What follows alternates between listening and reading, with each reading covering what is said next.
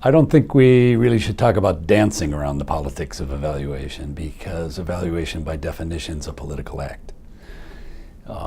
Its results enter into the political arena, obviously. It's full of micro-political considerations in the way in which we relate to stakeholders, clients, what have you, and that's all about the micropolitics of managing power and relations. And of course, the findings or the conclusions or the arguments that evaluators make enter the political arena, and they can be used for or against various political positions. So I don't think you dance around them. I think you learn to manage the politics of evaluation. Obviously, we would be concerned as evaluators or as social scientists in general about the politicalization of the evaluation process. In other words, turning it into a tool of a particular political point of view. That is something we all are concerned about. And in that way, we're thinking about politics as a kind of intrusion into the integrity of the conduct of the scientific investigation. I mean, that's a concern for all social scientists, or all natural scientists for that matter. So we would be concerned about that. And that's why we talk about things like having an independent office of evaluation in the UNDP. So that's one way you manage the potential to politicize the office. Right? But that's a different kind of issue in terms of the politics of evaluation than the micropolitics of relating to clients and stakeholders and beneficiaries and so on and so forth, as well as the politics of positioning an evaluation argument into a particular public discourse, which that's a political issue too. When we were doing some work for the United States National Academy of Sciences on the use of scientific evidence in public policy, one of the critical issues that a scientist as well as an evaluator needs to know is what's the discourse that's happening right now in the political arena. So in this case, what would be the discourse at UN, all right? Or in our case, what was the discourse surrounding the reauthorization of the Higher Education Act or the Elementary and Secondary Education Act? Well, if an evaluator or a social scientist doesn't really understand that political discourse, then his or her findings aren't going to be paid attention to in that environment. So those are some of the things that I think about when we talk about the politics and evaluation, and not dancing around them, but managing them.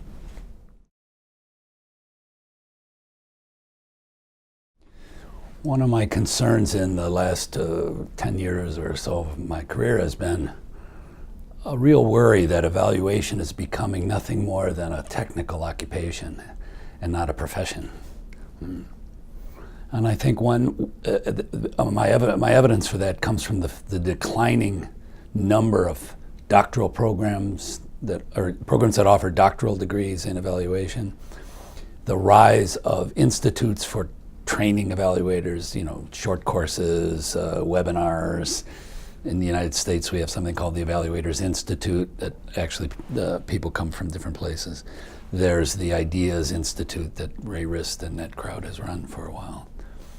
Not to say that those aren't valuable things, but they offer a particular kind of what I would call training in evaluation, not education in evaluation. I draw a sharp distinction between those two things. I think that in the American Evaluation Association, for example, if you had a graph that graphed the number of attendees, or better yet, the number of members in the association who are academics or affiliated with academic institutions, you would see the line declining over the last 10 or 15 years.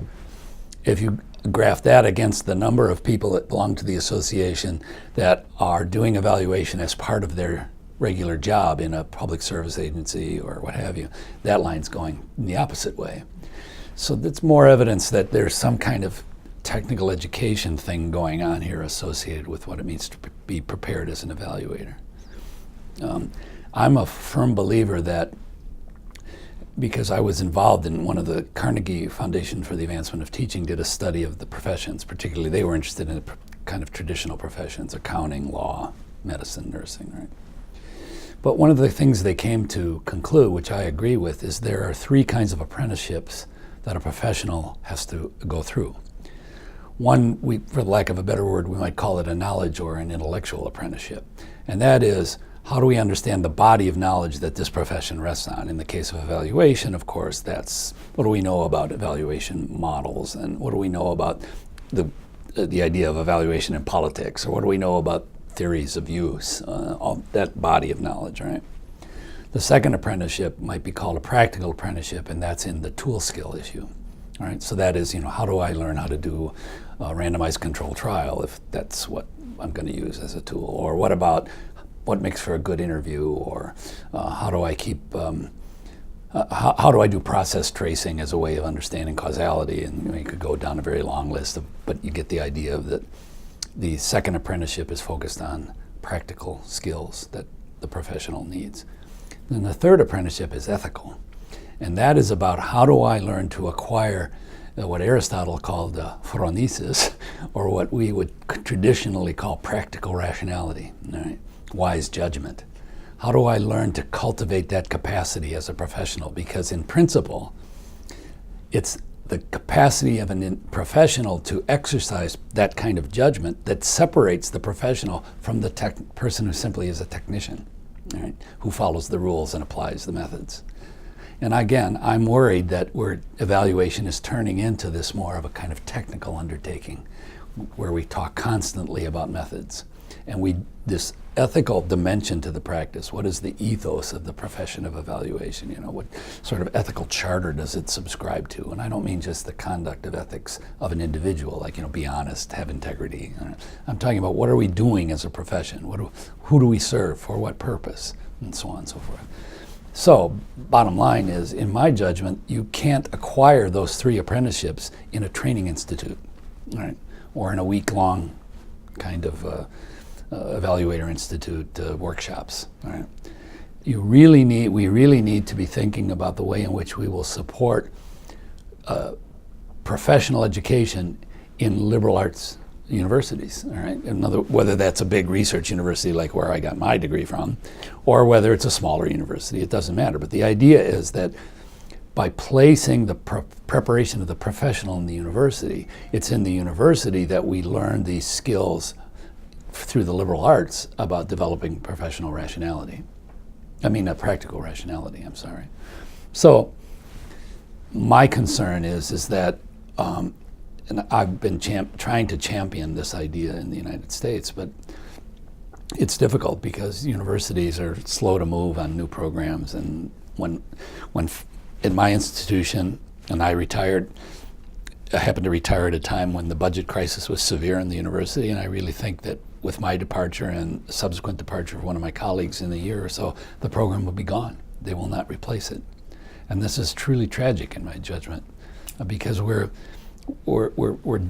not producing what I would call evaluation scholars anymore. And I don't mean that in a kind of lofty, abstract way. I mean thought leaders, people who are on the edge of thinking about some of these issues and who can help cultivate this sort of situational awareness and practical rationality in the next generation of evaluators. So that's how I think about university training. Now, I know there are good master's programs around, and I've taught in one at the University of Copenhagen and earlier at the University of Southern Denmark. And I believe there's one in Austria. I think there's a good master's program, and I know there's one at Complutense University in Madrid that Osvaldo Feinstein is affiliated with, and Moria Bustelo. And I think they do a very good job of taking who are largely civil servants, I would assume. That's what we were doing in Denmark. These are people employed in the housing agencies, health agencies, and what have you.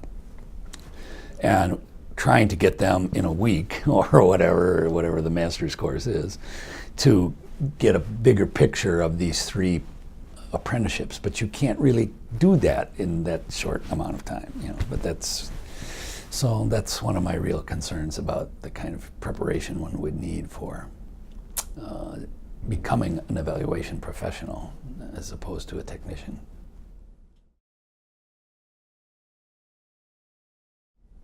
The field of evaluation mimics the field of social research in general with its obsession about methods. Everyone thinks that the next method that's the thing we really need, right? So when I think of the leading edge of methodologies these days, they're usually the ones associated with new ideas being imported into evaluation from some other arena. At the present time, the methodologies that are being imported are coming from the broad field of systems thinking and complexity science. And that means people are thinking about things like agent-based modeling and soft systems methodologies and critical systems heuristics, and I can go down this long list of these tools associated with that arena of ideas. Now, whether they're really well understood is another interesting question. One of my students, the last PhD student I had, has written a series of papers about the importation of these ideas and these tools from those fields into the field of evaluation. And she's found that there's a lot of people who really maybe sort of talking the talk, but really don't understand the use of the tool at all, or why would we do this? Why would we employ soft systems methodology, and so on and so forth. Nonetheless, I think there's something to be learned from the importation of those tools into the field. But I think that oftentimes when we worry about the leading edge of the methodology or procedures in the field, what we're forgetting and what we're not paying enough attention to, maybe I should put it that way, is the fact that evaluators make arguments for the value of something, right? And what constitutes a good argument? How do I assemble evidence for a claim that such and such is the case with respect to the value, merit, worth, significance of this policy or program or what have you? And I think that sometimes our obsession with method overshadows our thinking about that reasoning framework. Right? I think another thing that's happening with our obsession with method is that we're not attending carefully enough in what's happening in the sort of world of development, right? To the way we are thinking about the kinds of questions that evaluators should be asking and answering. For the most part, evaluation is built around asking and answering the questions like this. What's happening with respect to implementation? Right? Has this thing worked or not worked, and why? Right? Did it have the effects we hoped it would have, or did something else happen? Right? Those are the kind of questions, right? And those questions grow out of our thinking that what we're examining are things called projects, policies, and programs, right? And that those questions apply to those things, right? What's happening in development, it seems to me, is that we're not asking those kind of questions. Developers and the people involved in developing innovations in healthcare, food security, what have you, are asking, what should I do, right? And I don't think evaluators are thinking carefully enough about what kind of evidence would they assemble to make an argument that would help them answer that question. So for example, the kind of question may not be anymore the question, well, I shouldn't say it might not be anymore. In addition to the question of what's happening with respect to implementation, we may now have a question that is, what makes for an effective adaptive response in this situation, right? What could I do to catalyze action in this set of circumstances?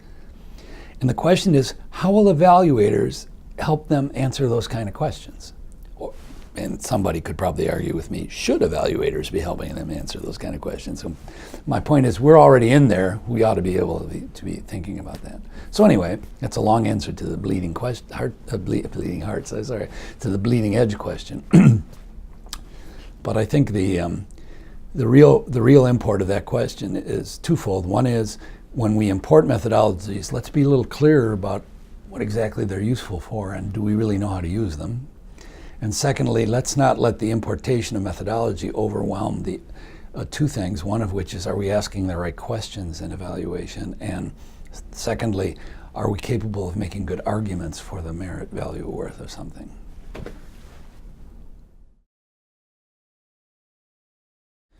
I think one of the challenges that we face is not losing sight of the significance of the stakeholder movement in evaluation, which was, dates way back when. But the idea behind that was that evaluation shouldn't be directed solely by the client, all right, as the stakeholder. It should also be directed by beneficiaries, middle-level managers implementing programs. In other words, that there's a kind of array of actors or agents that simply shouldn't simply be sources of information for the evaluator, but actually have a role in designing what should be evaluated here, on which criteria. And the stakeholder movement helped us begin to think through the idea of what do you do when you have competing criteria or competing senses of what's important. I mean, I use that example all the time when I taught. All right, here's an agency in my hometown that's designed as a crisis center for women who are experiencing domestic abuse, all right? So ask the criminal justice system that has a stake in this thing, what do they think are the most important things about this center? You'll get one answer. Ask the women who are the victims, what do they think? You'll get another answer, another set of criteria. Ask the people who run the programs, the child care program, that provide the housing and shelter for the women, that try to get the women jobs and clothing. Ask them what they think is the most important things about this, and you'll get yet another set of criteria. Well, the whole point of the stakeholder movement was to help you think about that there are these multiple stakeholder and multiple stakeholdings that people have, and they have multiple perspectives, and how do we deal with that? Well, as we import ideas from particularly systems thinking as a conceptual framework and critical systems heuristics, that very much is compatible with this kind of idea. And what we should be looking to is how can we get better at managing these multiple criteria and perspectives using some of those tools? How can we not overpromise that we're going to solve everybody's everybody's concerns about this in this particular evaluation and so on and so forth?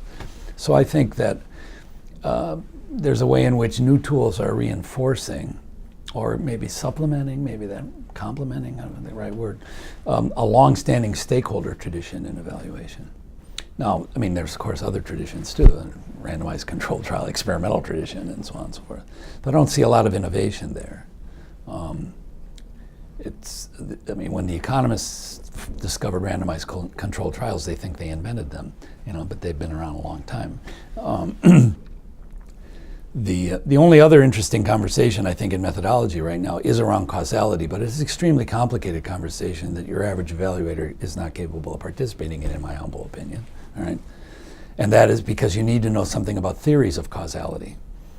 You need to know the difference between a theory of causality that has to do with investigating the causes of a known effect versus investigating the effects of a known cause. All right? You need to know something about the difference between a Rubin model of causality and a process tracing model of causality, and so on and so forth. And that's a pretty sophisticated argument. And there's a lot of people bandering around these ideas of contribution analysis and process tracing and not really understanding what that is. But that's another edge of methodology that I think we should be talking about.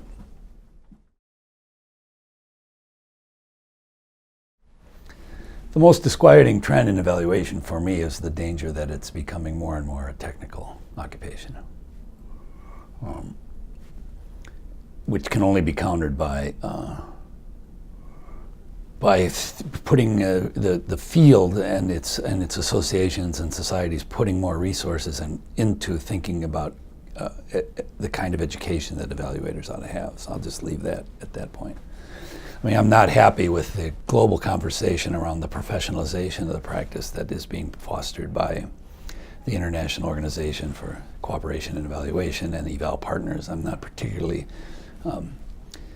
convinced that they're thinking carefully through this whole issue of what it means to professionalize evaluation around the globe. Right?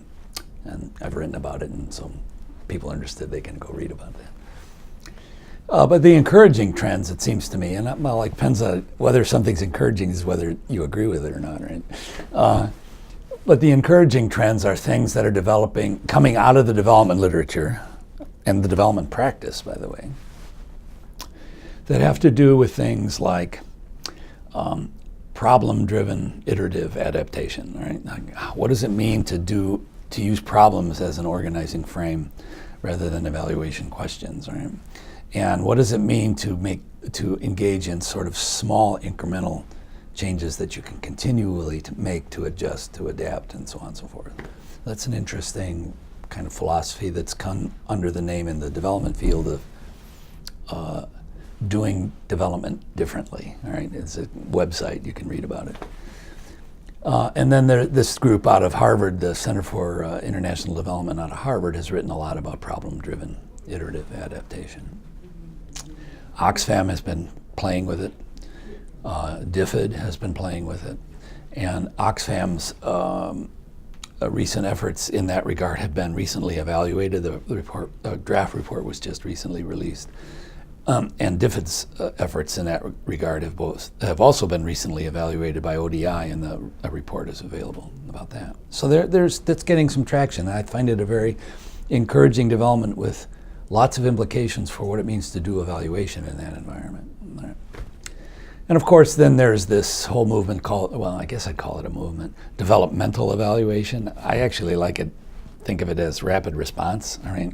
Meaning you don't like wait till everything's all done to say anything. You're kind of collecting things as you go along and making mid-course or corrections or whatever. And I think the third set of interesting ideas is that we're focusing more and more on innovation and creativity and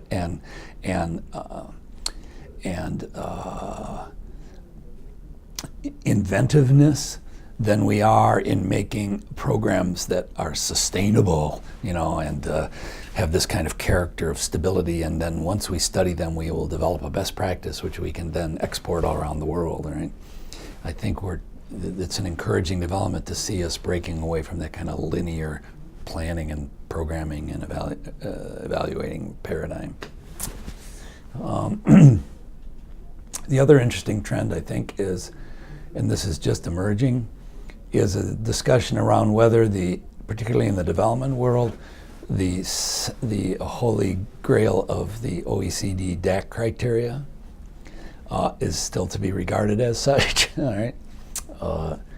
I think there are pockets where people are questioning the relevance of those criteria in an environment where your primary concern is innovation and creativity and adaptation. How would effectiveness work in that, or efficiency, and do they fit that environment? I mean, maybe one of your criteria should be how successful are you at innovation, right? I don't know. But anyway, I find, because I agree with those, to be interesting developments in the field. I don't think I see anything else that I find particularly earth-shattering or new or in the field of evaluation per se.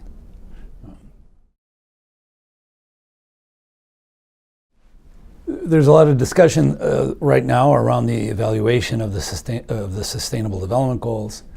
I'm a member of this network of professionals, policymakers, evaluators, called Eval SDGs, all right, that was initially formed by Eval Partners, I believe.